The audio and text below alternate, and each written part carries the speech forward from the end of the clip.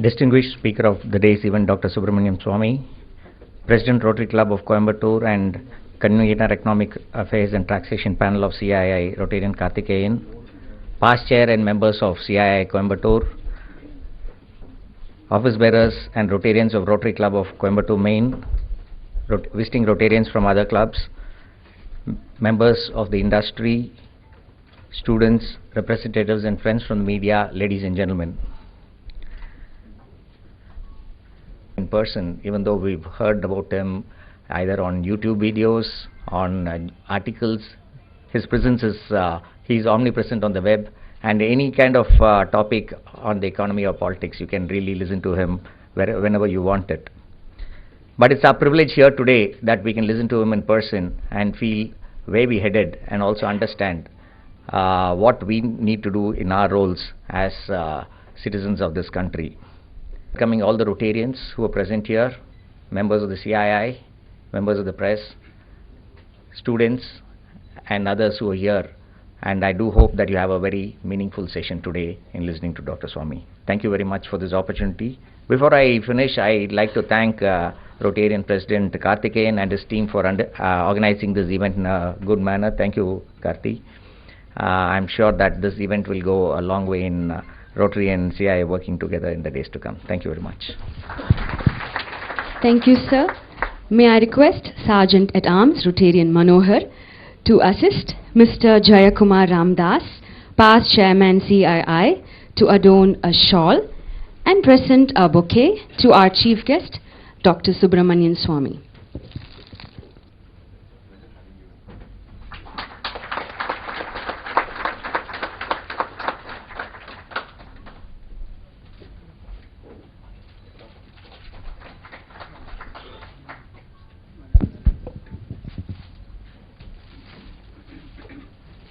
Thank you, sir. Now, Rotarian President G.Karthikeyan of Rotary Club of Coimbatore and co-convener of Economic Affairs and Taxation, CII, will brief us about the program.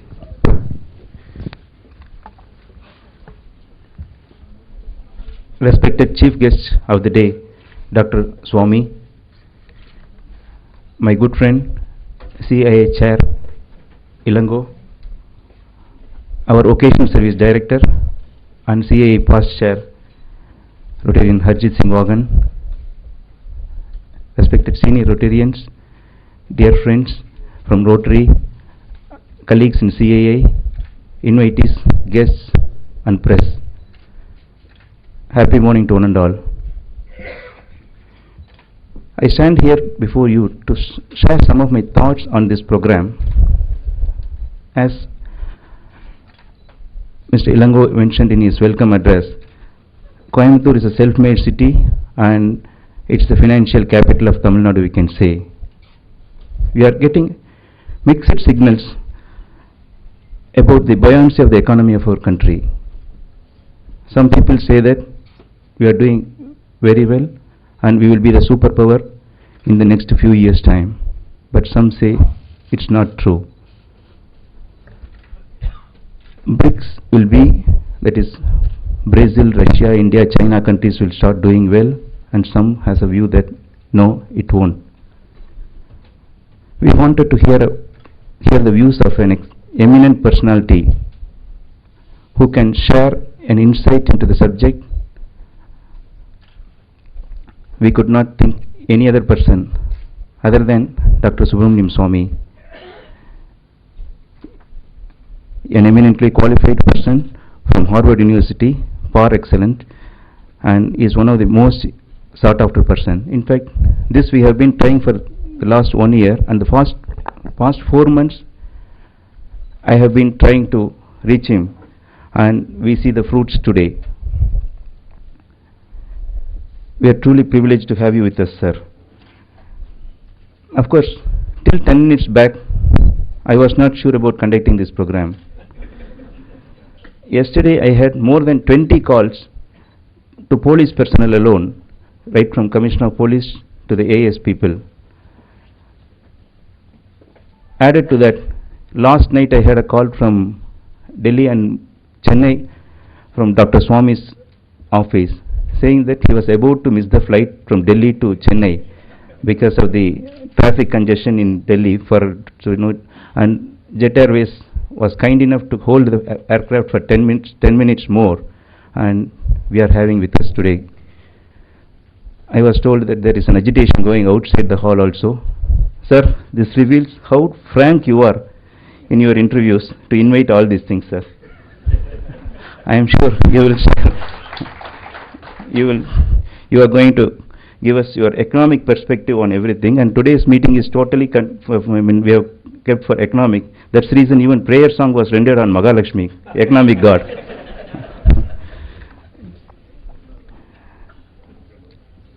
Sir, most of us are laymen, though we are supposed to know and understand the workings of economics. And we would like to hear your views on the same. And let me have some posters to you before you have your own agenda unveiled. On one hand, we say India is doing well, or it's going to be a superpower. On the other hand, we have more than 22% of the population live below poverty line. That is, even they don't have 2 square meals a day, no basic shelter, they don't have access to medical facilities, no facilities for education. And more than 45% are engaged in agriculture, 70% of the population live in rural areas. Based on the city's growth, do we think that we will be able to achieve superpower? Then other thing is Dutch disease. Many of you would have heard Dutch disease, which is manufacturing cheap and selling it cheap. This is more so in IT sector. The beneficiaries are the Western world. Do you think we are losing out something here? What's your view? Probably we would like to hear on that, sir. Then the other aspect is, we say there is a parallel economy in the country in terms of black money. Sir, you were tipped to be the finance minister when the new government was formed. Again, I am not bringing politics here. I am again bringing economics here, sir. So, in your statement, one of your statements, I have read that income tax will be abolished in case if you come to finance ministry. 95% of the nations in the world are having income tax. Only the other 5% are the countries like those who are UAE countries where they have rich oil, or the other tax haven countries where they trade on taxation like Cyprus, Cayman Island and all those countries where the service income is the base predominantly in the income for not having income tax. No developed nation or developing nation has abolished income tax. So what is the basis in which you have given that statement, sir? We would like to hear from you. In fact, it is a thin line. Yes, sir. Even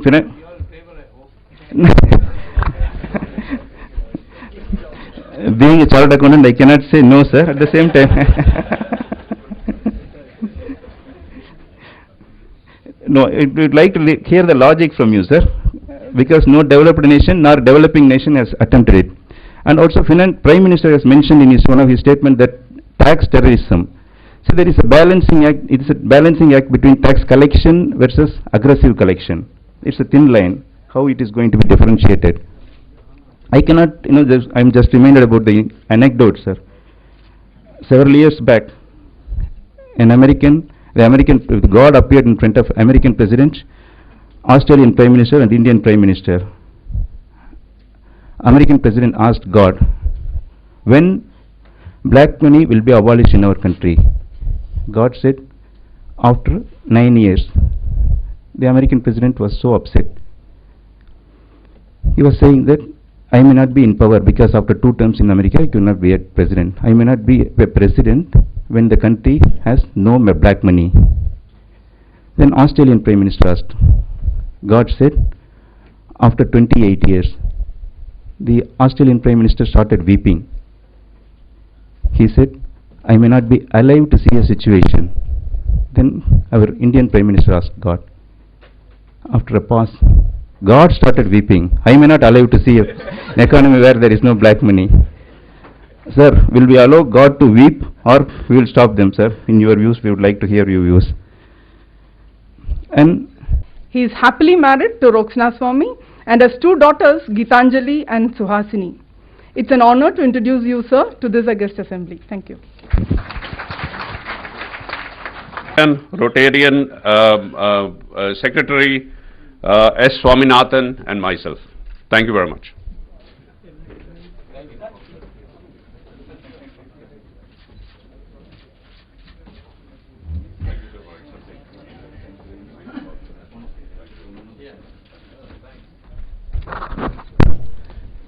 this is the popularity of Dr. Swamy.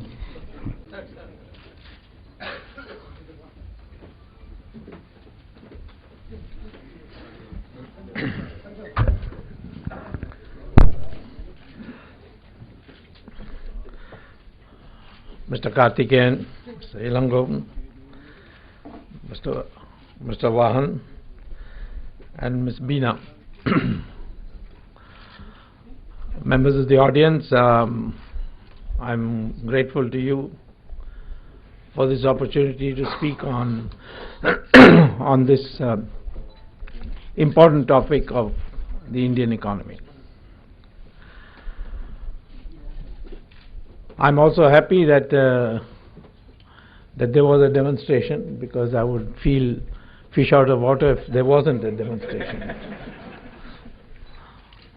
When in the 70s I used to advocate scrapping of the Soviet economic system and bringing market economy.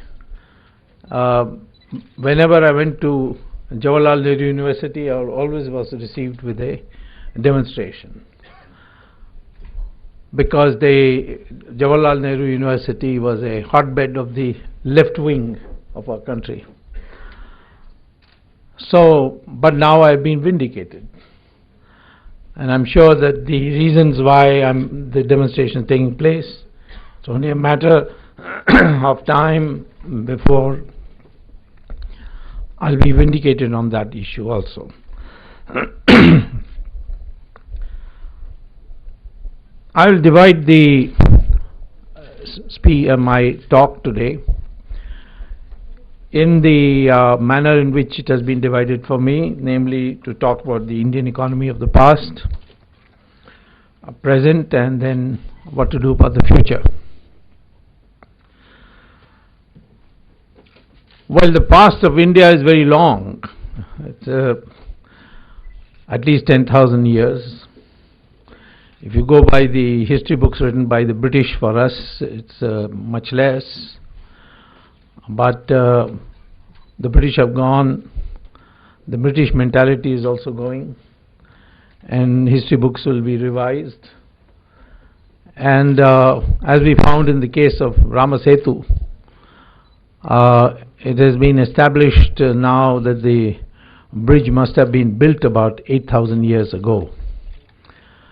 So if one were to add and say, I'm sure that our history is civilized history is longer than 10,000 years. And during these 10,000 years, India has gone through a great upheaval in the later 1,000 years. We were considered for centuries as the most developed country of the world, at least till 1100 AD.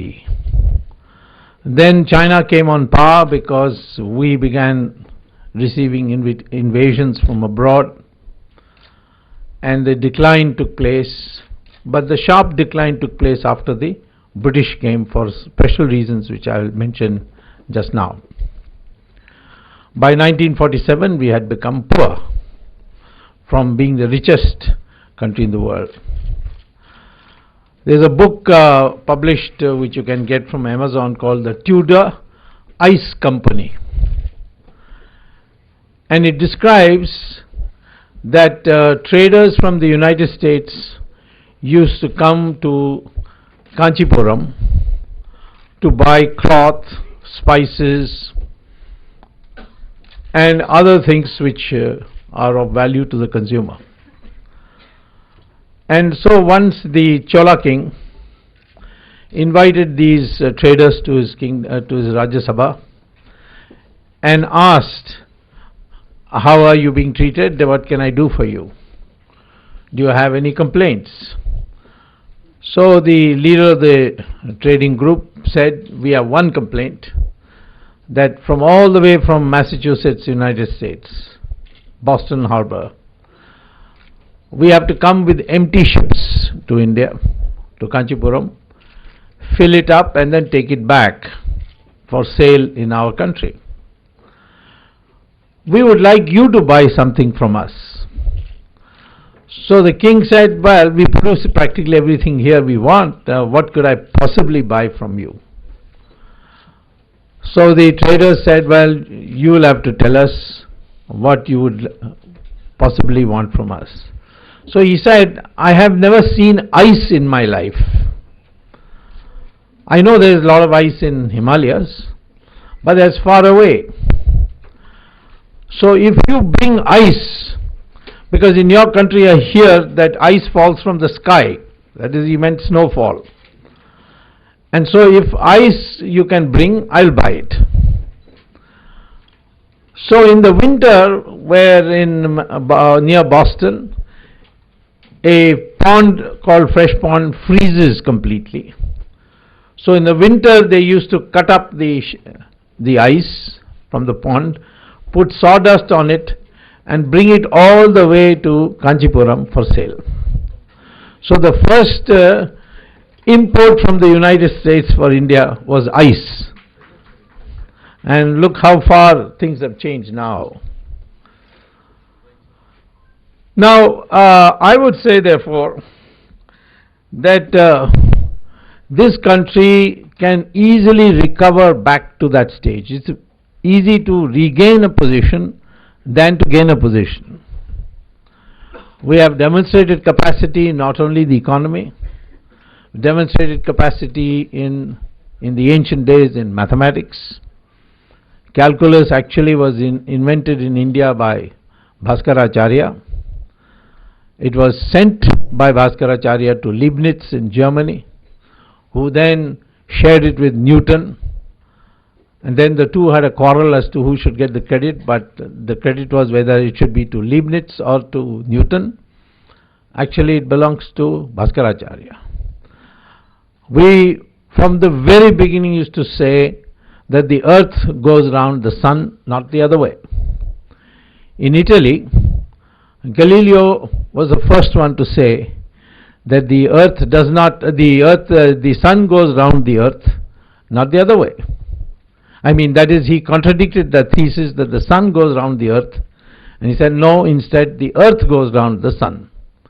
And Galileo was beaten up, put in prison, and finally his spirit broke, and he then took back his words, because the Italians said, you can see the sun going around. How can you say we are stand still, but the sun is going from the east to the west? And so it's the sun which goes round the earth and not the earth which goes round the sun. Of course, Einstein wasn't born there to talk about relativity, but the Italians, only 400 years ago, believed the exact opposite of the scientific truth. India at never any stage, even 5,000-6,000 years ago, texts where take the Puranas for example, which give planetary positions, very clearly states that the earth goes round the sun.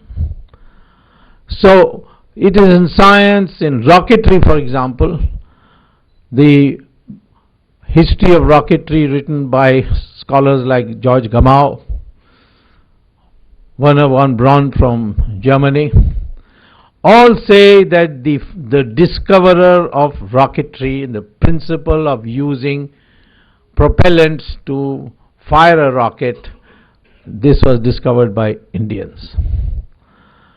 So we had that achievement, and we lost it gradually for a variety of reasons.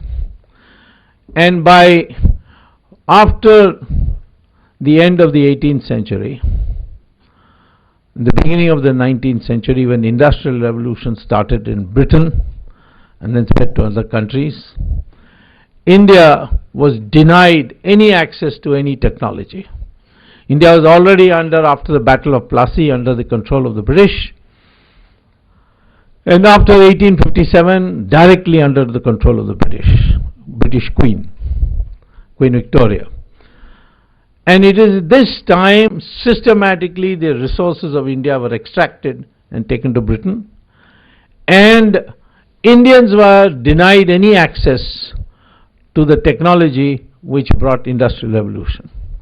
For example, locomotives. It came to India only in the late 1850s. Even though in 1833 the family of the Tagores demonstrated that they had the capacity to start the railways in India, but the British refused to give him permission. Tatas had to wait 30 years before they could start a steel plant. And ultimately they started the steel plant in the first 10 years of the 20th century, and they became the cheapest producer of steel within 2 years, and on 100% of the money provided on the Swadeshi slogan by the people of India.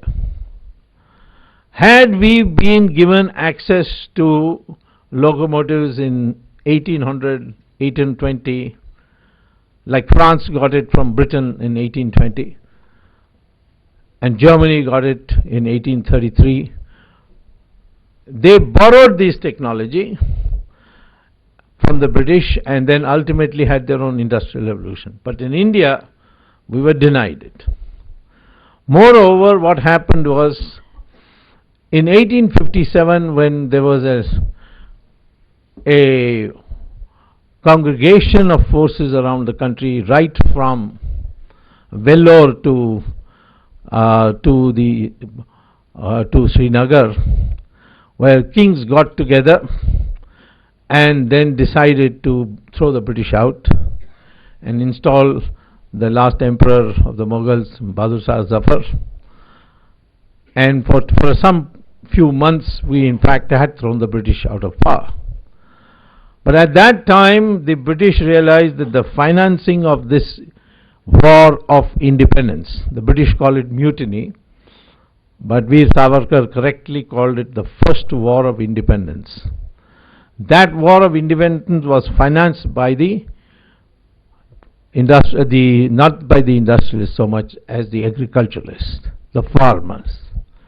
And the British then decided that they'll break the back of the farmers and invented this zamindari system, where they recruited criminals to extract resources from the farmers as land revenue, and told these criminals, who were named as zamindars, to give a fixed amount every year as revenue for British to run its administration in India.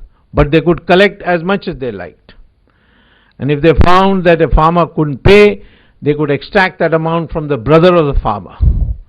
They could appropriate his land. They could reduce his family to bonded labor. All this power was given to the zamindars. As a consequence, they extracted resources completely from the agricultural sector, and this agricultural sector in 1947 was completely impoverished. Mahatma Gandhi recognized this, and that's why he said the first step will be the abolition of zamindari system. At that time, we should have followed the advice of Mahatma Gandhi and Sardar Patel and brought in a economic planning which first revived the agriculture, that is the priority given to agriculture, and then through the growth of agriculture use the resources released by agriculture to developed industrialization. But Jawaharlal Nehru was fascinated by the Soviet Union, and the Soviet Union model adopted by Joseph Stalin was extract resources from agriculture and finance industrialization. There were no resources to extract from agriculture, but Jawaharlal Nehru insisted on it. Mahatma Gandhi was assassinated, Sardar Patel died in 1950, and nobody was there to challenge Jawaharlal Nehru. And he rarely listened to anybody's advice, perhaps with the exception of Edwina Mountbatten. He never listened to anybody's advice. As a consequence, this economic model was a failure. We had food problems, we had foreign exchange problems, all created by this model. Food problem because agriculture was already impoverished and they wasn't producing enough food. So we had to go to the Americans, get PL 480 wheat and rice. Ultimately, a big crisis came in '65 when, thanks to a forgotten minister called C. Subramanian and the chief of the Indian Agricultural Institute, Research Institute, Mr. Swaminathan, the two of them put together the available knowledge in the world, both in Philippines and the United States, and produced what is called as the Green Revolution Package. And India was transformed in 10 years from a food importing country to a food exporting country. Even today, agriculture, we have only tapped a small section of agriculture. We have got a huge scope for expanding the future in the future, and that's what I'll be talking about when I get to the future. Now, by 1990, we were in another crisis, which was the crisis of foreign exchange. At that time, I became a minister, a senior most minister, and my economic advisor was Manmohan Singh. He's very good as an advisor. He listens to orders, gives you good advice. And even as finance minister of Narasimha Rao, he was good because he obeyed everything the prime minister told him. Now, my commerce secretary was Monteg Singh. We sat together and said, how can we rescue the economy? Fortunately, by then the Soviet Union was over. There was no Soviet Union. I remember Nambudri Pad was a great Marxist leader, used to tease me by pointing out the failure of capitalism to me, as if I was a representative of capitalism. I'm not for capitalism, I'm for the market economy, which means capitalism, there is no government as an umpire. In a market system, the government functions as an umpire between producers and consumers. There's regulation and so on. But free enterprise is capitalism. But Narendra Pad used to say, see what's happening in America, this crisis, that crisis. I used to ask him, what about Soviet Union? He said, you see, in Soviet Union there's no inflation at all. There's no poverty at all. There is no unemployment. And it's a kind of paradise. Now there's no way of checking it because Soviet Union had censorship. And you can't go unless you are a friend of Soviet Union to visit Soviet Union. But in August 1991, the Soviet Union collapsed into 16 different countries. So I called up Nambudri Pad and said, there's no unemployment in Soviet Union, there's no poverty in Soviet Union, there's no inflation in Soviet Union, there is no Soviet Union also. And that was a great liberating influence for us because they had tremendous influence on our country. And so I said, this is the time to start economic reforms. And I had already prepared, as was pointed out, Mr. Mahan, that I had already implemented trade liberalization. And we had prepared the blueprints for a massive economic reform. But the government fell. Narasimha Rao came. He wanted me to join as a minister, but he put a condition I had to join Congress, because he said never in the history of Congress we have had ever given another party a ministership, because that changed in 2004 when they couldn't form the government any other way. And I said, but I can't join Congress, because the great sage Parmacharya, the Kanchi Shankaracharya, he told me, "Enna vena panna anna Congress le poi povade." So, because I followed that advice, Narasimha Rao found the other way, namely he set up a commission to examine the GATT, WTO, labor standards, international trade rules, and gave me cabinet rank so they could attend cabinet. And this blueprint, he asked me, please give it to me. I gave it to him. And if there's anybody who deserves credit in the most large measure, anybody can prepare blueprints. I was a scholar of economics, I can prepare. Any scholar can prepare a blueprint. But to implement it and to stand against the vested interests who stood to lose, Narasimha Rao did it. And I have urged my government that we at some stage have to give him Bharat Ratna, which was denied to him by the Congress party. What did we do? We just removed the regulations. And people were telling us, how can you remove all regulations? There will be collapse, this will happen, that will happen. Just like Mr. Karthikeyan says, what will happen if you abolish income tax? The whole system will collapse. The fear of the future. I would say that that decision transformed India. Earlier on, Mr. Amartya Sen and all used to say that the rate of growth of 3.5% per year is a Hindu rate of growth.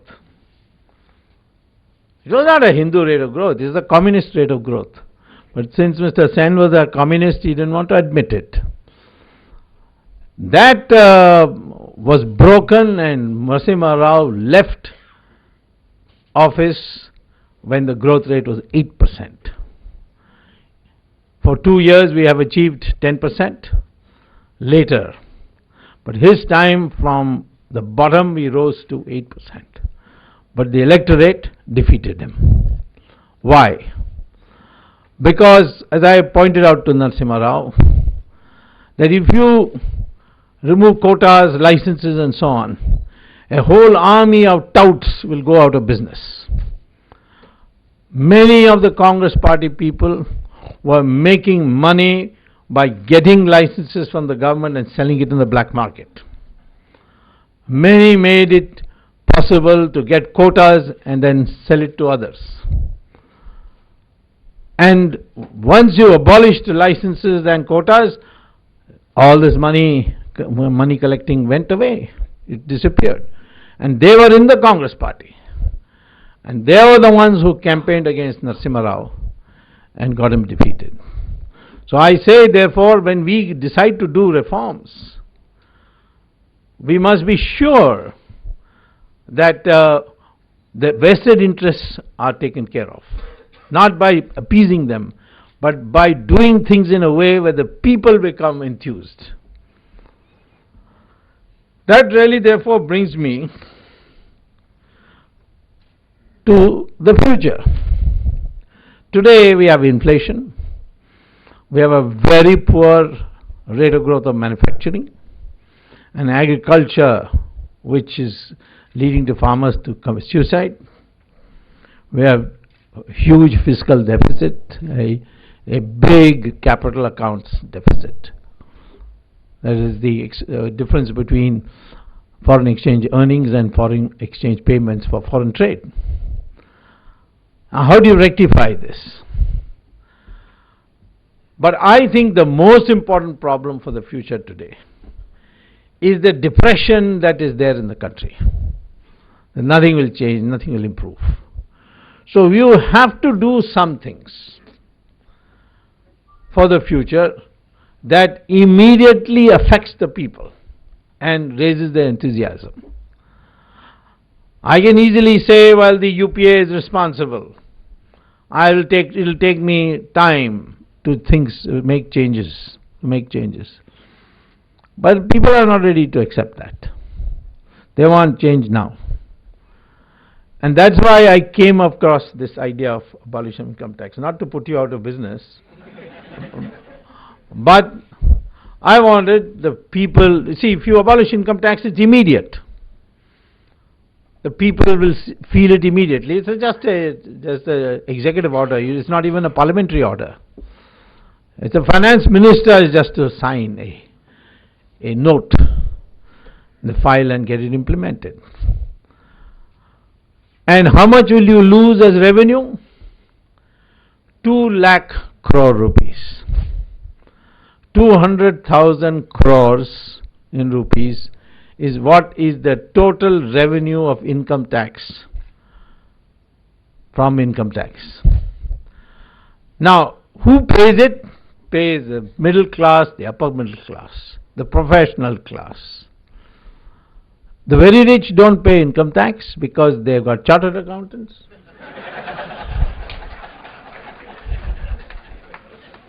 And the poor are below the cut-off line.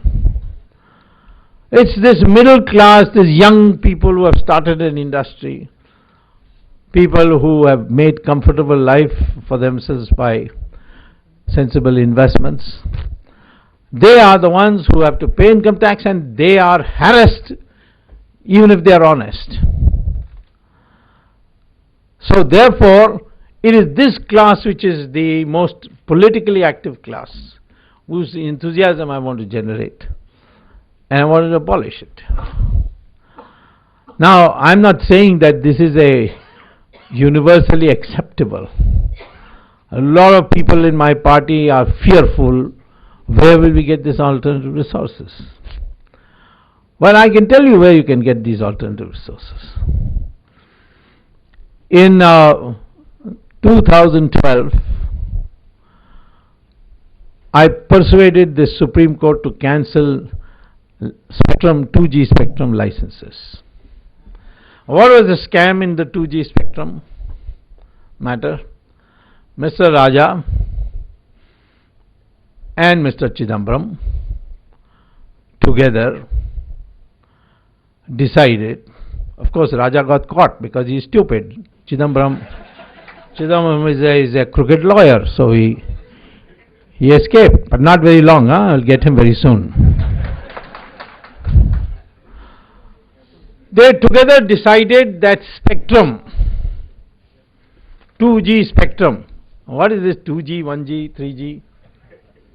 I asked Manmohan Singh once, do you know what 2G is? He said, yeah, Sonia Gandhi and Rahul Gandhi ji. So I said, no, I mean in telecom. He said, no, that's not important for me. The only 2Gs that matter to me are Sonia ji and Rahul ji.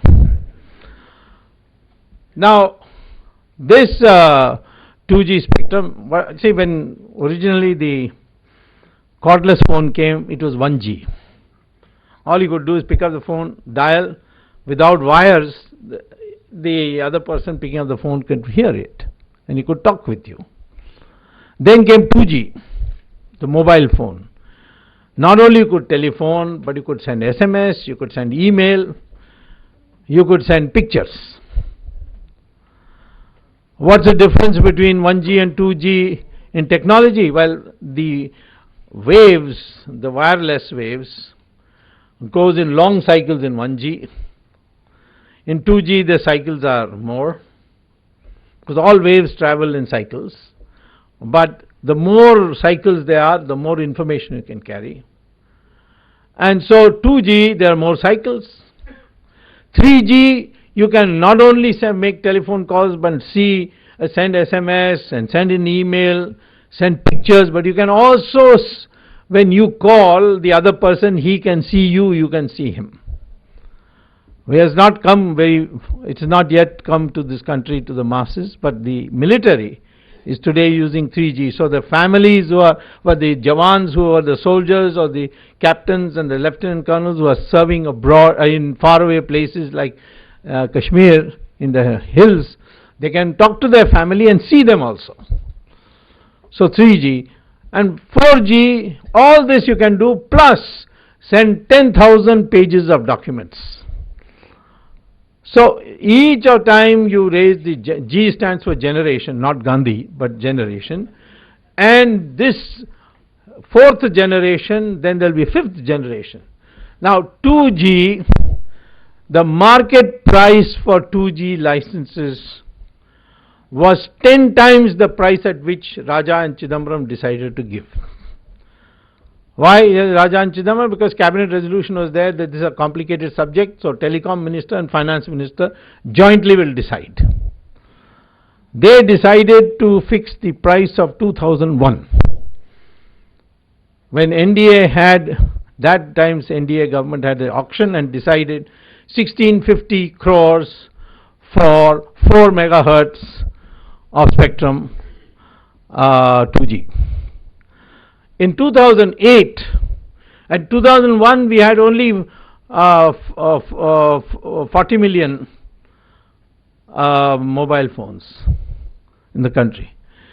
In 2008 we had 700 million mobile phones, subscribed. And so the demand had gone up, so the price had gone up to 10 times the price of 2001. But these people decided, no, we'll keep the tariff low, so we'll give it cheap.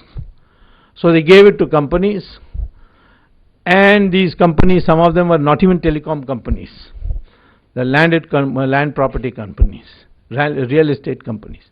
They got the license and sold it to foreign companies. If they themselves had used that license and given you cheap telecom rates, no problem. Alright, that's policy decision, I have no objection. But what happened is that the licenses were then sold to foreign companies. So Etisalat, Telenor, Tata sold half their license rights to Docomo. Somebody sold it to Sistema in Russia. So they all sold and earned a huge revenue.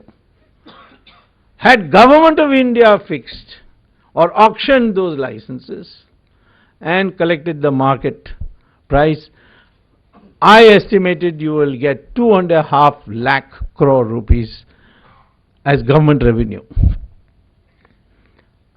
CAG estimated 1,76,000 crores. Kapil Sibal estimated at 0. I don't blame him because he can't count beyond 0. So you forego that revenue. That's equal to 1 year's income tax revenue. If you auction 3G, which we are going to, then you will get 4 lakh crores, double the amount of the income tax. So 3G, 4G, all these you can every year, because the demand for spectrum is increasing. So therefore, where is the problem of getting money in replacement for income tax? Coal, all given away on the direction of Ms. Sonia Gandhi. But had you auctioned the coal allotment, which is the Supreme Court is now going to cancel very soon, then you would have got 11 lakh crores. That's 5 years, more than 5 years income tax revenue. If you auction the gas and oil fields which you gave away practically free to the Ambanis, you will get 24 lakh crores. If you auction selected areas of land mining which today is being done illegally in Tamil Nadu, you will get 40 lakh crores because they all got thorium in it. And uranium is exhausting, so the world is now hunting for thorium. India has got 60% of the thorium lying in the coastline of Tamil Nadu and Kerala. That's why this illegal, what is the meaning of illegal sand mining? Which idiot would, collect sand and send it abroad? You get sand all over the world. The difference is that the Indian sand has thorium in it. So therefore, everybody wants to buy Indian sand. And if you get all the money which is illegally deposited abroad in foreign bank accounts, you'll get 120 lakh crores. For 60 years you will not have to pay income tax. All he needs is guts to do all this. But one of the reasons I am not finance minister as yet, if there's a crisis they will call me. But as yet is because a lot of people are afraid Swamy comes, then like Narasimha Rao's time, we'll not be able, we'll all be in trouble, we'll be in jail, he'll find out our bank accounts abroad. So some of the things that are being said against me, that is that my bad quality is that I'm honest, that I am intolerant of corruption, I'm too hard. No problem, I'm ready to wait.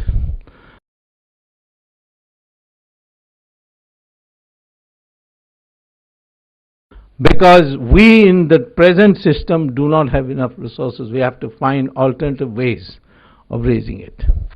So I would say the first thing we have to do is to generate enthusiasm in the people. Give them income tax freedom, freedom from income tax, no income tax. Indirect taxes, 2,781 commodities are subject to indirect taxes, excise tax, etc., of which 92 commodities ranked in the order of contribution to revenue give you 99% of the indirect tax revenue. So why put it on all the others? Remove it from all the others. Just keep on, not 92, 22 commodities give you 99% of the indirect tax revenue. So simplify that. Make life easier for people, people will be happy. And then you say more is coming. Then people will believe you. So the first thing is that. Second, economic growth is not by more investment and more capital. That is all subject to diminishing returns. Economic growth is by newer and newer innovation to combine capital and labor. Previously you were going by bullock carts, now you started by going by locomotive, by railroads. Then you started going by aeroplanes, propeller aeroplanes. Then it was jet engines. Now you don't have to go anywhere because the internet is there. Through the internet you can manage all your branches of your companies all over the world. So these are all innovations. They enhance productivity. India has to do that. Of course, Indians are very fortunate people that our people are savings minded.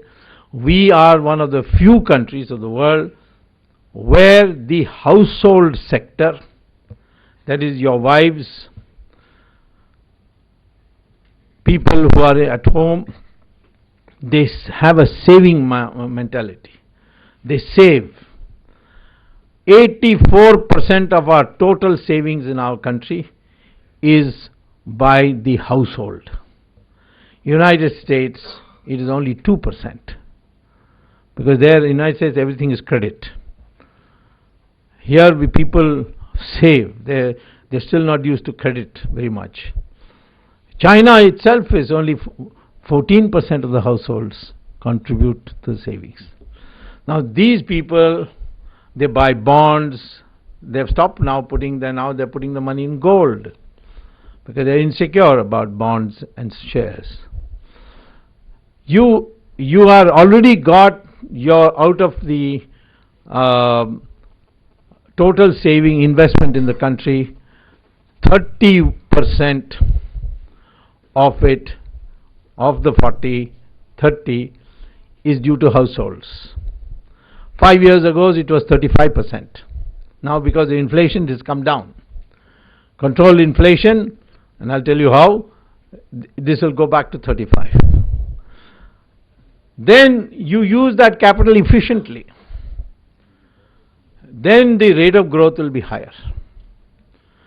What we are today producing as 5% growth rate, without increasing the rate of savings, you can by efficiency raise it, the growth rate, to 10%. So for that you need ways of doing it by which people don't have to pay what is called as transaction cost. Instead of going to an office and getting a form and giving a tip to a peon to ask him to wake up the officer, and then after the officer has woken up you give him some money to buy coffee, all this will go if you do it through e-governance, through the computer. Print out at your house. Simplify the laws that people don't have to pay anybody to get their work done. What is legitimate they should get. You shouldn't have to go to a passport office to get a passport. You should get it in the post office. So these simplifications you do and raise the efficiency in the use of capital, your use of funds, the growth will go up. Look at India's potential today. Agriculture, the sector which is supposed to be poor and keeping us poor. 60% of our labor is working there. But Indian agriculture is grossly underutilized. We are the only country, large country in the world, where 12 months of the year you can do agriculture. America, 5 months there is snowfall, you can't do. China, 3 months. Europe, 4 months. India is the only country where for 12 months you can do agriculture. That means you can grow 3 crops. But we are growing only more than one crop in only 25% of the land. 75% going waste. Our agriculture is still the cheapest in the world. That's the fight that is going on in the WTO just now. We can give, our prices are so low compared to the international prices that we can give subsidy. And the Americans are saying no, and the Europeans are saying no. Big fight going on. You can't give subsidy for your internal trade because internationally you're at an advantage. Anyway, and at the same time the yield per acre is also very low.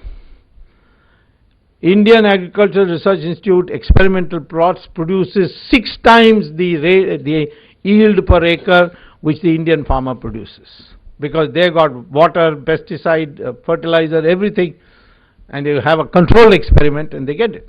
We can do it all over. We did it for Green Revolution, for top 10% of the farmers.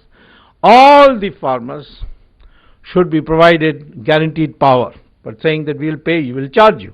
Narendra Modi tried that in Gujarat, it worked. He removed all subsidies for electricity. But he said, I will give you a guarantee, 18 hours a day, uninterrupted electricity. But you must pay. He said, we agree, we pay. You will not pay as much as the industrialists, but you will pay enough to cover our cost. The agricultural revolution in Gujarat came because of that. And of course he provided water. And water, there is no shortage in India. There are rivers which have no water.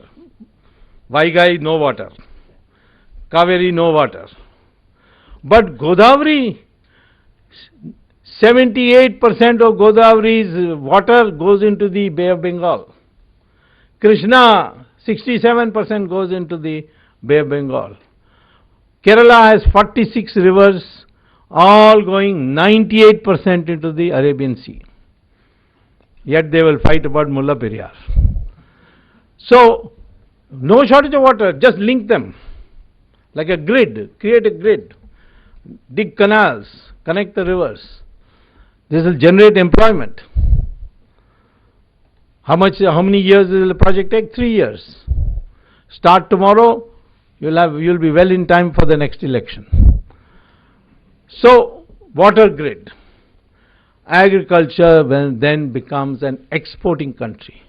your yield will double, triple, and then you start exporting. Of course, you'll have to fight with the Europeans to lower their tariffs. Even milk, you see, we have 150 million cows in our country. What is the average yield of a cow in India? 200 liters per year. Israeli cow, the average yield per year is 11,000 liters. Now, if our cows, 150 million cows, start giving you the Israeli average, I will have to come to Coimbatore swimming in milk. So much milk there will be. And the price of milk in Europe is 8 times that of the Indian milk, even today. And if you believe the reports on cow's milk, it's got medicinal value. In fact, New Zealand is thinking of making what they call as a Brahmin cow. The only place where the word Brahmin has some status. The Brahmin cow is now, they are thinking of putting a ban on converting it to meat. So, India is just a land of potential. Now, what we need is innovations. We have to depend on Arab countries for crude oil, for petrol, for diesel. Transfer your technology to producing hydrogen fuel cells based automobiles. Who's doing it? Japanese are doing it from next year. These hydrogen fuel cells cars, just charge it overnight. Next day, 350 kilometers you can go on that. And if you put, like instead of petrol pumps, charging stations around the way, then you can do it just like any other car. We can get you enough water anywhere, Chennai, Coimbatore, by piping. What do you do? Desalinate seawater. Israel has no rivers at all. Yet 24 hours the taps will have water. And such pure water that you don't have to buy bottles for it. Saudi Arabia, no rivers. They hate Israel, but quietly have bought their technology and they are using it. Dubai, greenery everywhere in Dubai. How? Desalination of seawater. Thorium, 60% of the world's thorium. Use it instead of uranium, which is anyway depleting.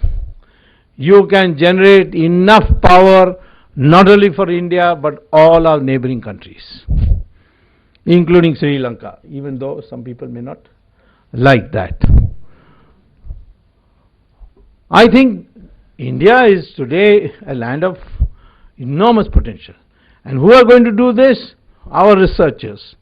Look at our population. 70% of the population below the age of 35.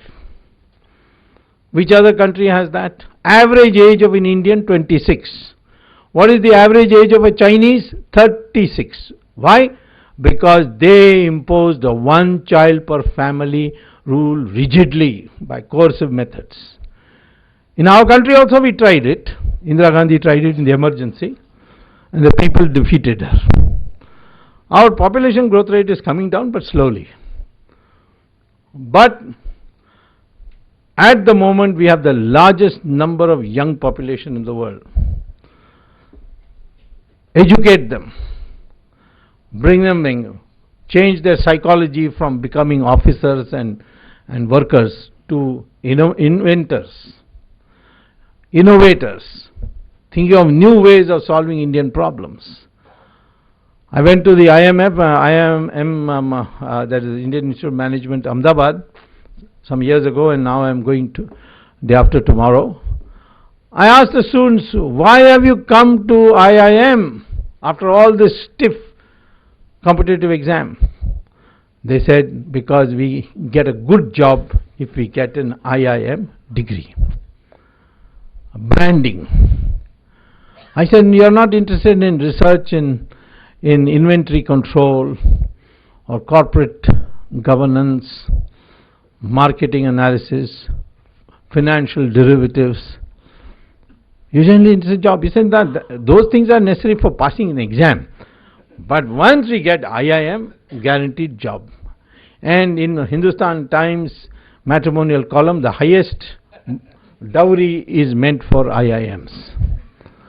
This is a mentality is wrong.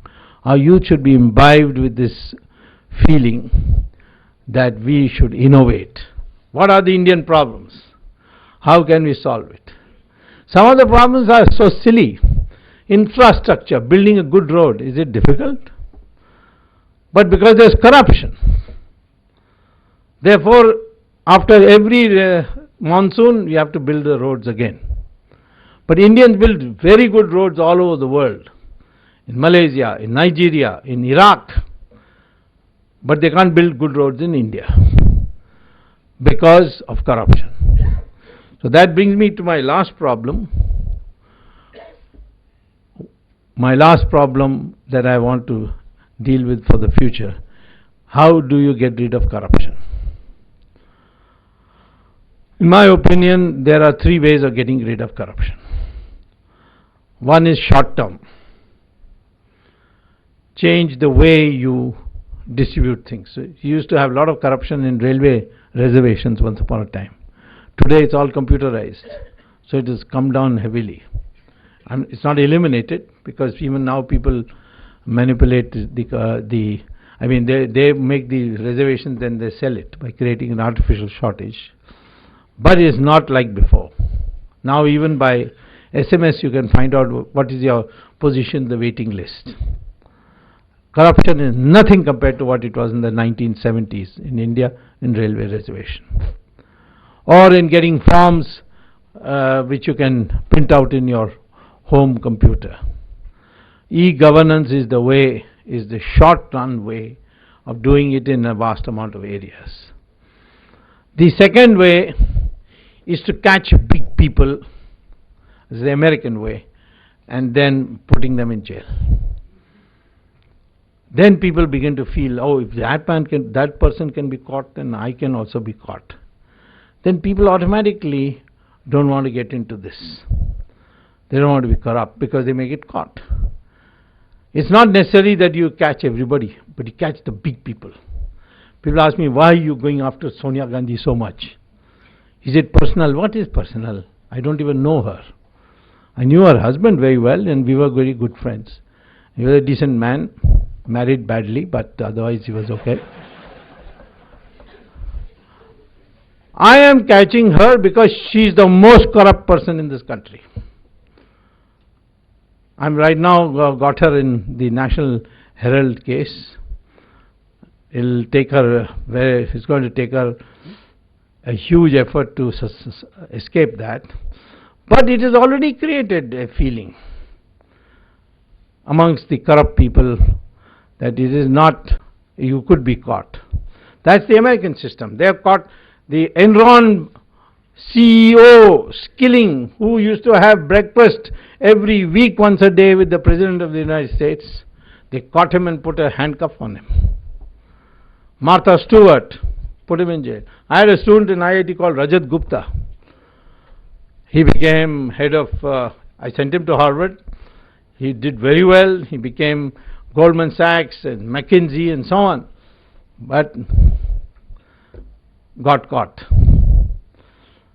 And he got caught on a very silly thing of insider trading. They caught him. All over the world people wrote a letter to the judge, be lenient. Man has done very good work. So the judge says in his order that I've got these letters from all over the world. I'm impressed, but I also say that if you had raised so much hope in the people and you let them down, then all the more reason that you should get a punishment. People say Sonia Gandhi, you are against her because she's a foreigner. After all, she's wearing a sari, she's putting a bindi, she's doing namaste. You know, she's trying to be Indian, you know, you should be considerate for that. I said, listen, in Ramayana, when Ravan came to abduct Sita, he didn't come like Ravan. He came as a sannyasi. So I am not going to be fooled by somebody changing his clothes. Sita may have been fooled, but I will not be fooled. I am saying, look at the action. Coal, spectrum, everywhere. Mr. Manmohan Singh just sat quietly, obeying her. People say, why did the Prime Minister obey her when the power, the chair of the Prime Minister has so much power? I say, listen, power is not, strength and power is not everything. It's the mind which is important. Go to a circus, you will see a cage, 5 lions in it, one thin, wiry ringmaster will walk in, close the door, and then crack the whip and say, climb up. All the lions will climb up. Why don't the lions pounce on this man and kill him? Because from the time the lions are cubs, they are brought up to obey. So they don't know their strength. In Sanskrit, for lion we say Singh. So Manmohan Singh is a circus Singh. Sonia Gandhi says, do this, he obeys, because that's how he is brought up. I'm saying that this country cannot be cured unless you catch the big people first and the small people afterwards. In fact, the small people will cure themselves.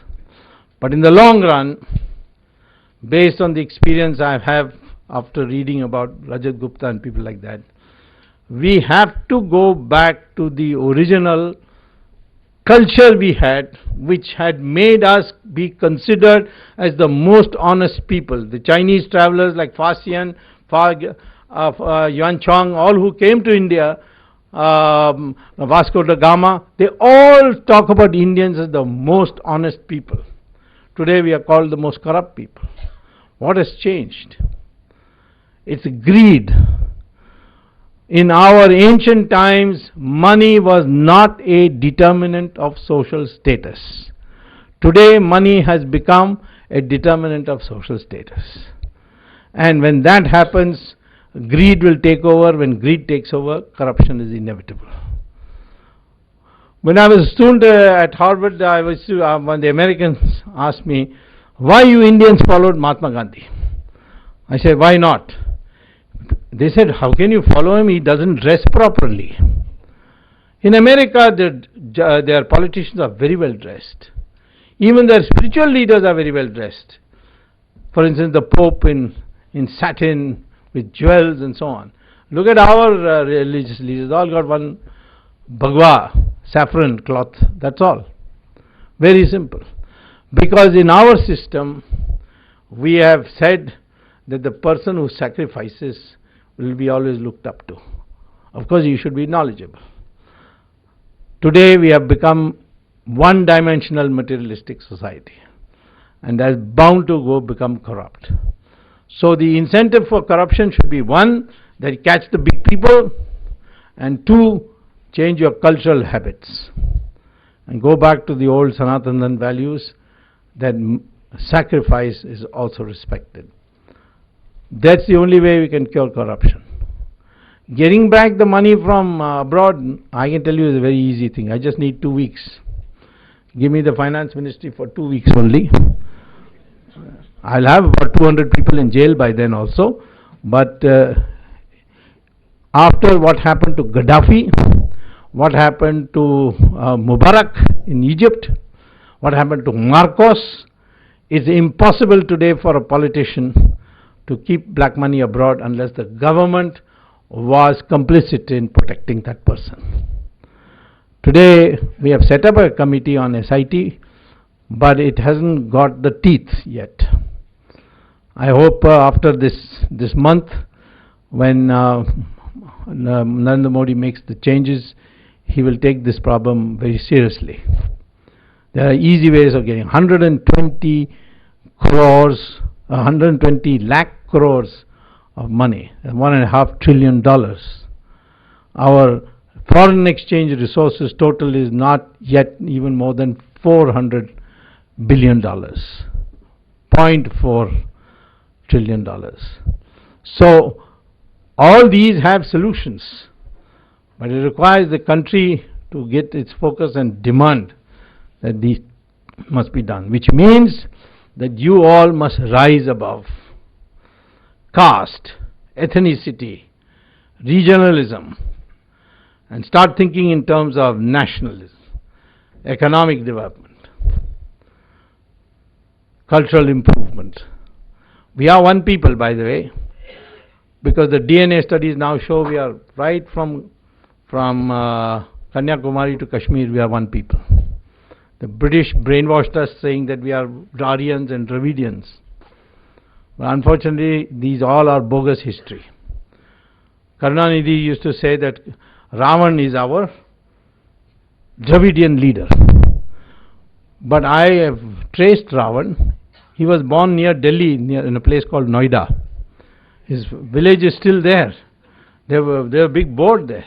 He went to Mansarovar, he did puja, and got Lord Shiva to give him a boon, and with that he came and defeated his relative Kuber in Sri Lanka and became the king. This history Karunanidhi didn't know. Karunanidhi didn't know that Ravan is a Brahmin. Even Veeramani doesn't know. There are a lot of DK people called Ravanan. When I see them, I say, "Are you a Brahmin?" He says, "Why?" I said, "Ravan was a Brahmin." Zap, not true. How do you know it's not true? It's there. He was a great Samaveda, a Pandit, a scholar. But he did wrong things, so therefore he had to be killed. And he was killed not by another Brahmin, he was killed by Kshatriya, Lord Rama. And the whole country worships Rama for killing Ravan. So, but nowadays Karunanidhi doesn't talk about Ravan, he talks only about Ram. When I was fighting this case in Supreme Court on Ram Setu, and to scrap this Setu Samudram project, I've already got a stay, and I'm going to be successful in scrapping that Setu Samudram project. Karunanidhi got upset one day when in Parliament I said Ram Setu should be protected in Supreme Court. He says, "How does he say Ram Setu? Did Ram build it? Does Ram have an engineering degree?" he asked me. Next day he fell ill and he was taken to Ramchandra Medical Hospital. At least Rama has a MBBS, no? This is the way the British have divided us. We are one people. Even in Sri Lanka we are one people. The DNA test shows that both Tamil and Sinhalese have the same DNA. Naturally, the Sinhalese come from Orissa and Bihar. And our people come from Kerala, Tamils come from Kerala and Tamil Nadu. So, we have to therefore get over this regional feelings and think of national glory. Then I think we can transform our country in a period of just 10 years into a developed country once again. This is what I want to say. Thank you very much.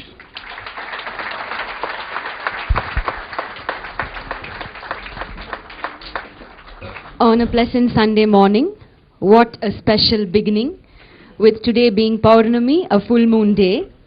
Avani Avittam and Raksha Bandhan celebrated all over India. All this combined with the valuable insights of an expert, Dr. Subramanian Swamy. Thank you, sir. I am sure this is a very memorable day for all of us present here. It felt like hearing a straightforward economy shastram, and we should take it into our lives. It is time now for an interactive session. I request the audience to ask only economy related questions. For political questions, we will have a separate session arranged in future. Thank you. I belong to tea industry. Now of late, the growth of tea industry is being hampered by some so-called NGOs. Yes. By bringing some unnecessary threats to the traders. How do we tackle that, sir? We have taken up with board also, but then... what threats do they issue? They just say that your tea has certain residuals, and then they just attack the traders that you should not have it, but then the traders does not have the control on that. It is They don't want to attack the estate owners because they are powerful. And we traders are not that powerful, so they just want to catch us from by our throat, and then they want to use negotiate. I know that. For a fee, they are ready to. Yeah. So how do we tackle such? The entrepreneurs here has to face all this apart from government. Is it in Assam or in Kannur? In all over India, they have been even Hindustan Lever has been attacked by them. All right. Well, first of all, they are identified people, know their NGO names and all that, you know. In that case, I would suggest that you write a letter to the Prime Minister on the email address that he has given for complaints. And you can also send me a copy of that through the address which I'm sure the organizers know, and I will take it up with them. It's a very simple matter. Let them know that you have a reach all the way to Delhi. The NGOs are doing that everywhere, you see. So in fact, we caught them when the Kodankulam thing took place. I was the first one to say that they are foreign aided, and then Manmohan Singh followed it up by making it public. Assumption that since our PM is Chaiwala, they are after tea people. Yes. And sir, I am a great follower of you on Twitter and Facebook, and then many times we have interacted also. All right. Thank you. So when you send it to the PM, you send me a Twitter. Yeah. Thank you, sir. Okay. Yes, sir. Good morning, sir. Welcome to Coimbatore. I am Krishna Swamy. I would like to know your views on the 49% foreign direct investment in the insurance sector. I'm against it. I'll tell you when I'm in favor of foreign direct investment. When the Indian competitors have a level playing field with foreigners. For example, when Walmart wanted to come, I opposed it, on the grounds that Walmart gets gets loans from American banks at 2% interest. Our traders in India who are in crores, they get loans at 12% to 18%. So that's not a level playing field. Or I say to the Americans, we don't mind if your people come at 2% interest, provided our companies can go and bid in tenders for building roads and houses and so on in the United States and have access to the banks of the United States. So he said, why? I said, because you have got cheap capital and you want to take advantage of our cheap labor. We've got cheap labor and we want to take advantage of your cheap capital. So therefore, level playing field requires that. Of course, the Americans said that's an immigration problem. I said, then that's your problem. But as long as you don't agree to this, no Walmart. And there won't be Walmart. The same thing with the insurance. I don't think it is going to go through Parliament, in my opinion. Oh, that's great to hear, sir. And number two, sir, about the Rafale fighter jet planes 126 numbers. Yeah. Is that going to happen? Well, a lot of efforts going on to make it happen, but I am also at it to see it doesn't happen. And the reason is that Rafale has not been bought by any other country. Rafale contracts are signed by 3-4 countries to buy Rafale, such as Switzerland, South Korea, etc. But they subsequently cancelled those contracts and paid the cancellation fee. Second, Rafale in the Libyan war proved to be the most expensive, fuel consumption wise. 3, we have accessed a letter written by the chairman of Dassault to the then President Mr. Sarkozy that if India does not buy Rafale, then they will close down Dassault. It's not possible to, because this project has sucked in all the money that you could think of. And fourth is that since that letter, The chairman of Dassault has already been arrested for corruption charges by the French police, and the French ex-president of France, Mr. Sarkozy, also has an arrest warrant in his name. So if they are themselves corrupt, what do you expect? I think the government would reconsider. I don't know which plane to select, but not Rafale. Any other plane they may want to select. But for that a procedure has to be there, and at the moment all that has happened is it has been referred to a committee to examine the cost aspects, and no decision will be before March. So by December I will again take interest in this project. Was there private undercurrent, sir, regarding the deal? There is nothing private undercurrent except that Sarkozy's wife is an Italian and Ms. Sonia Gandhi is Italian. I didn't say anything except that. Good morning, sir. Good morning, sir. Yeah. Last few years, we Coimbatorians had opportunity of listening to Auditor Gurumurthy immediately after the union budget. You know, UPA 2 times he had been mentioning about the gold scheme, collecting the household gold and monetizing it and thereby reducing the CAD, etc., etc. So our expectations was very high when BJP came into power that it would do something, but looks like it is again extension of UPA budget and nothing specific is mentioned on this. Do you think the current finance minister or BJP as a whole still working on something in that area? Well, when the budget came out, the channels called me for comment. So I said, are you calling me as an economist or as a representative of BJP? They said as an economist. So I said then the views I will express will be anti-party and therefore I can't come. Then they said, okay, we'll call you as a BJP man. I said, in that case I'll be doing injustice to my profession, so I can't come. So I'm giving you the same answer, and you just wait a little more time and you'll know whether we are going to do it or not. So, good morning, sir. Yeah. What are your views on bitcoins and Which coin? Bitcoins. The small.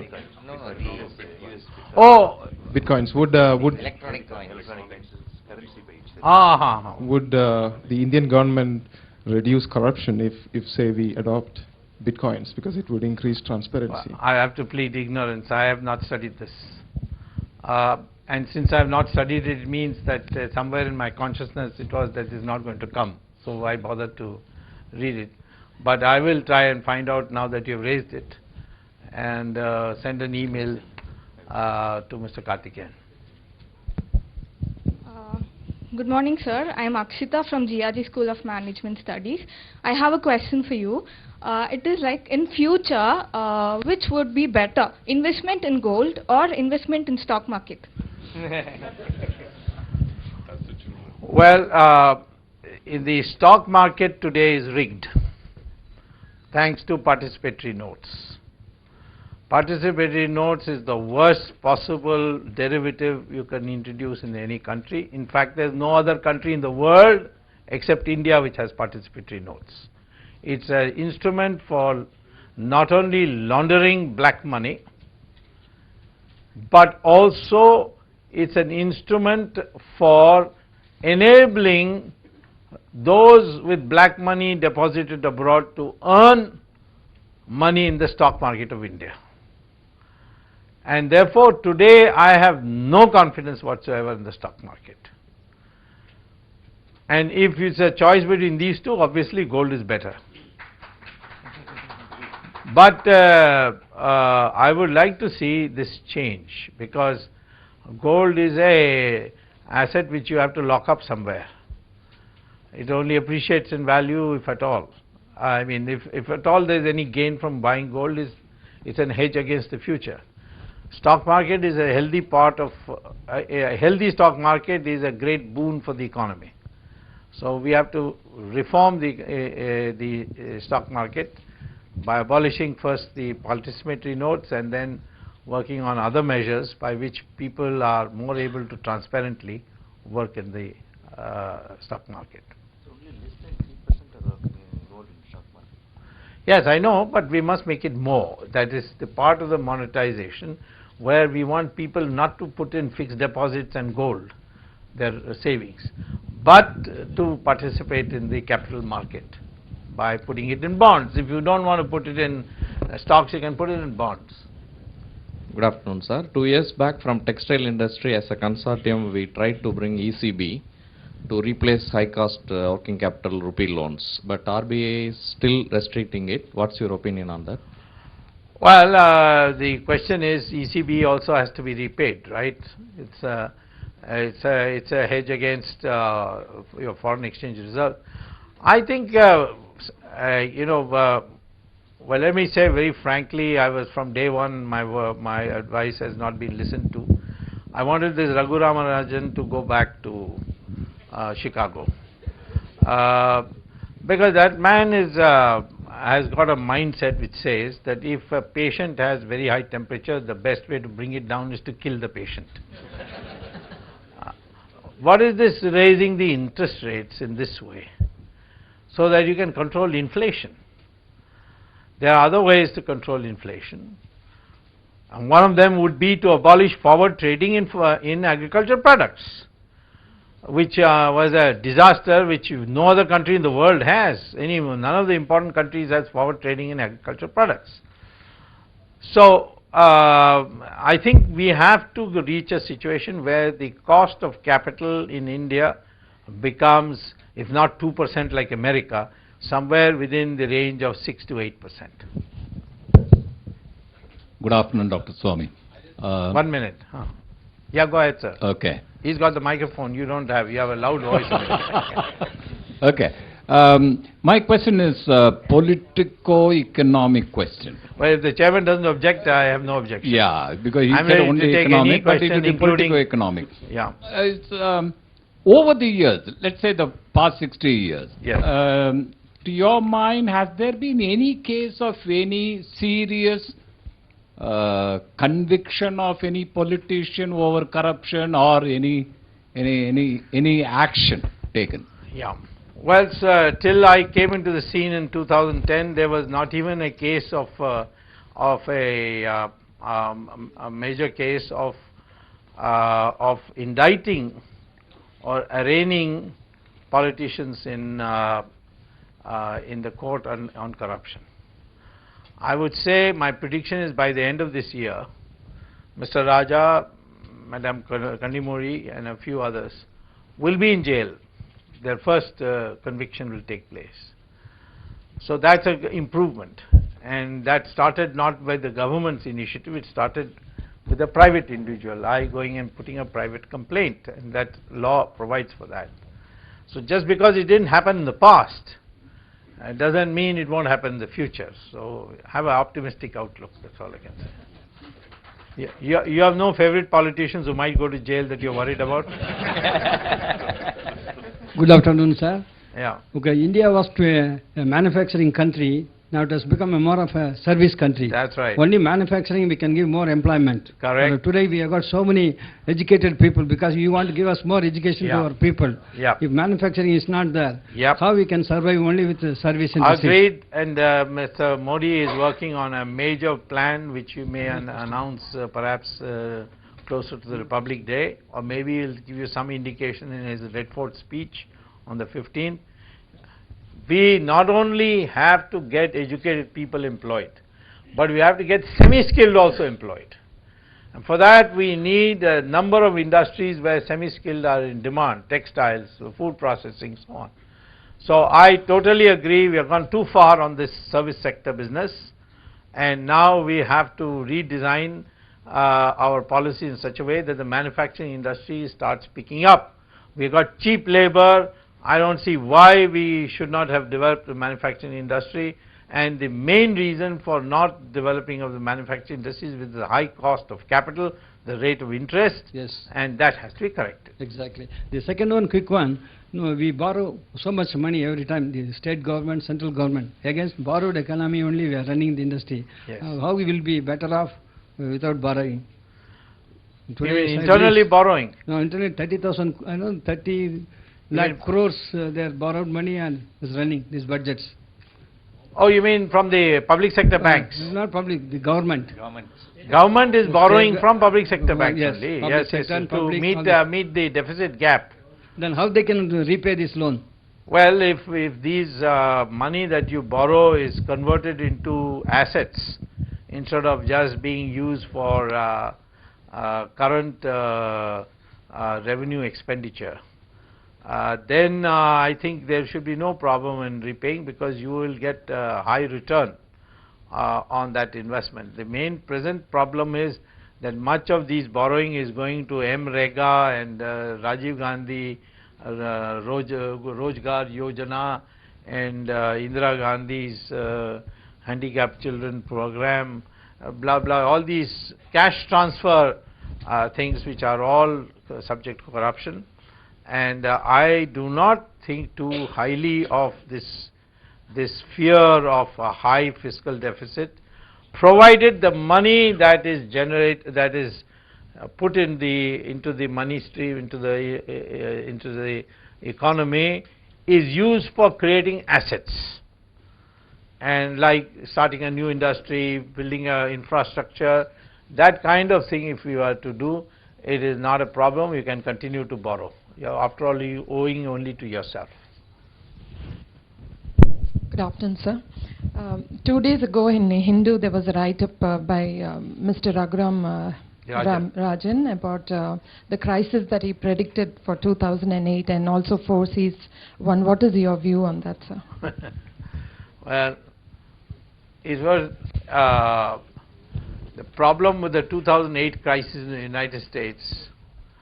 Not only he predicted, many others predicted, because all that happened, and it need not have affected India at all, but for our foolishness of this participatory notes, was that there was a derivative introduced by these hotshot MBAs from Harvard and Stanford and other places. They went to the banks and said, you have given a loan for buying a house, and this loan means that your money is frozen. It comes back in small installments every month. We make a proposal for a 10% discount. You give us the right to own this debt, and we'll pay you 90% of what you have lent.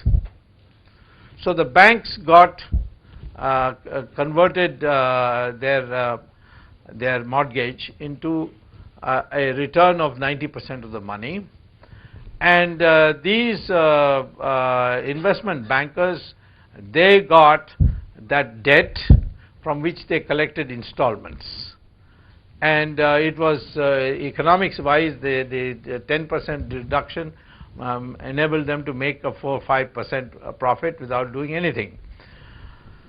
So then the banks, now having got this new cash, albeit only 90% of what cash you gave to the people to buy a house, decided, why keep this, let's lend this also. So they lent it, and to buy a new house. So the same bankers, investment bankers, came back and said, okay, we'll take this also for 10% and 10% discount, and this process went on. Now, as you go on giving more and more loans for houses, the people who are in a position to pay become smaller and smaller, and therefore you ended up giving to what was then called the subprime loan category. That is, people of doubtful capacity to pay back. But it was also good that the banks thought this can go on forever. And then a small recession hit American economy, and suddenly the subprime categories told the banks, told the investment bankers, we can't now give you installments because we are wiped out, we are unemployed, we are on the street because of recession in our particular industry, and therefore Lehman Brothers, etc., collapsed because all they could do is to confiscate that house. But once you confiscate the house, what do? You've got to maintain it. So you can't sell it because there were so many houses that the housing market prices dropped, and they became bankrupt, and that's how the staggering process started and the crisis took place. So in India we did not allow much exposure for our banks to property, and that's why we were safe. But then, because there was a liquidity crunch in America, all these participatory notes which have no restrictions whatsoever for coming in and going out, because most of them was politicians' money. So Mr. Chidambaram ensured that no restrictions were placed on their coming in and going out. They pulled out. How much pulled out? $60 billion were pulled out over a period of 6-7 months, and India's stock market collapsed, and that's how we got our crisis. It was not because of what happened with America and Europe, where these investment banks had branches in both places, and therefore it collapsed here, it collapsed in Europe also. That's the background of this. Good afternoon, sir. Finally, I guess I'm lucky to get the mic. So, I'm Rahul Sukumaran. I teach at Happy Valley Business School. So that's in Bangalore? No, sir. Right here. It's in Coimbatore. Oh. So I really felt educated after a long time, sir, listening to your speech. That was amazing. Seriously amazing. Don't say it to those demonstrators. They'll beat you up. I don't know, sir, but it was amazing. And my question to you is, you talked about various things. So one thing I would like to focus on is the innovations that you talked about, that we need to be more innovative to bring about solutions to the problems that we have. So you being a scholar, you've studied both in some of the best institutes in our country and at Harvard. So we know that, at least we have heard that a lot of the Western universities, they have a research-oriented culture. And you also incidentally talked about the IIM student who said that he needed a job after he passes out. So we can see a huge difference in this two things that is being looked upon. So what do you feel, sir? I mean, when you did your doctorate from Harvard, did you feel that you really, there was a real change in you because of this research-oriented culture? And can it be brought about back to India, to some of the top institutes here, so that young people can focus on research as a career and it's not being looked down upon? Well, I don't need to get educated abroad for this purpose. You can propagate this in this country. We have one major weakness in our country, and that is we are afraid of failure, and we are afraid of losing what we already have, and we are therefore risk averters.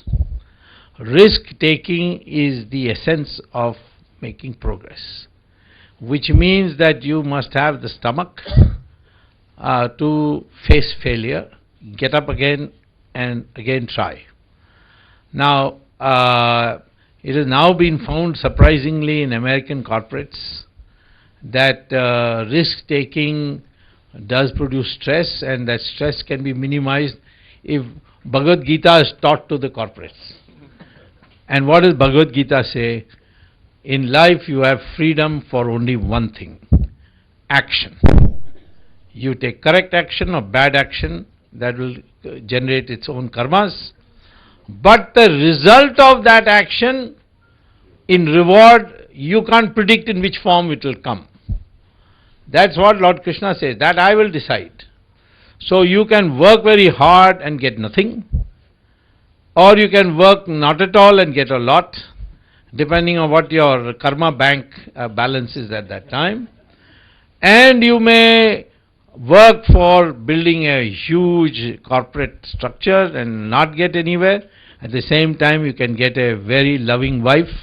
So that is the compensation for not getting this. So the Lord Krishna has therefore, now when you have this mind mentality that I have freedom only for action and I must do the right thing, whatever results will come, it will come. But I cannot decide whether I am a failure or a success by the results I get. I mean, that is, it is my fault that I didn't get the best results. If you don't have that mind, the stress will go.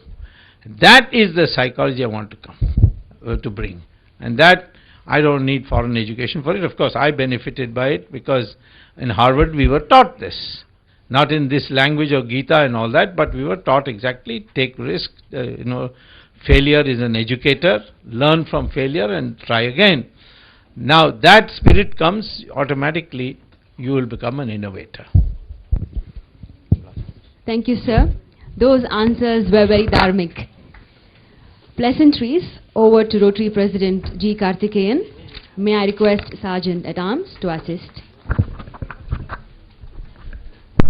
Friends, indeed it was a very thought-provoking and exciting speech. Exactly, we started at 10:30 and we have been ending at 12:30. And Dr.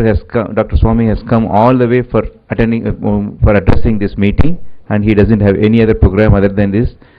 And it was an exciting event. 1 second, please. Press, yeah, we have. Yeah, let them finish. Friends, this program could not have been made possible because more than 450 participants are there in this hall and yoga hall put together, and everything has been organized so well, and both our Rotary team and CAA team had done exceedingly well.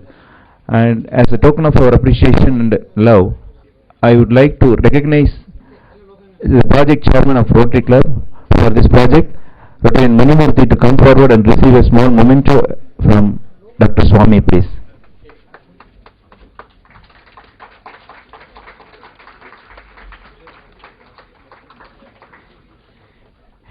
May also request Master of Ceremony Archana to come forward and receive a memento from Doctor.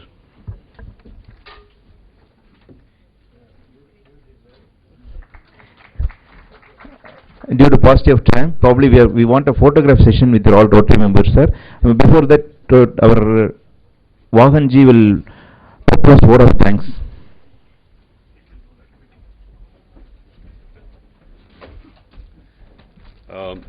Dr. Subramanian Swamy, it was very kind of you. In fact, as was said by Karthikeyan, we were not only afraid of the flight, I was wondering when I came to know your age that you were past 75. Almost there. So 75, I was wondering whether with the small sleep, 2-3 hours that you got in the night, whether it would be possible for you to get up. Thank you very much for coming here. It was enthralling. Absolutely, I think the question that was put up by one of the gentlemen saying we are all karma yogis and we got to do our karmas, and I think there's a lot of learning, absolutely a lot of learning. Just I picked up from the persons who sacrifice should be looked up to, is what you said. You're sacrificing, so we looked up to you. And that's, I think, what we need to do. Absolutely, yeah. And we would also like to thank the press. Really, they've been all here and to covering such a session which is so engrossing, so good for the city. I think thank you very much for joining us. We would like to thank the police force because of what all happened yesterday. We were a little jittery and they've really done it well. They've screened everybody, and thank you very much. The police has done a great job. We would like to thank, besides the press, also the television, the Tanti and the Polymer television who have been covering this program continuously.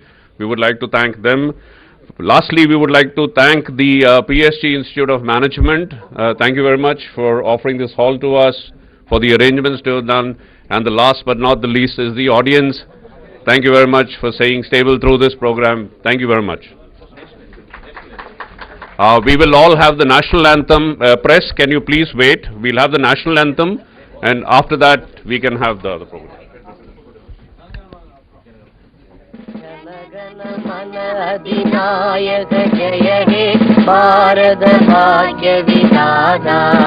Punjab, Sindh, Gujarat, Maratha, Dravida, Utkal, Ganga, Vindhya, Himachala, Yamuna, Ganga, Uchchala, Jalati, Taranga, Tava Subha Name Jahe, Tava Subha Asisha Mahe, Dage Tava Jaya Gata, Jana Gana Mangala Dayaka Jaya He, Bharata Bhagya Vidada, Jaya He, Jaya He, Jaya He,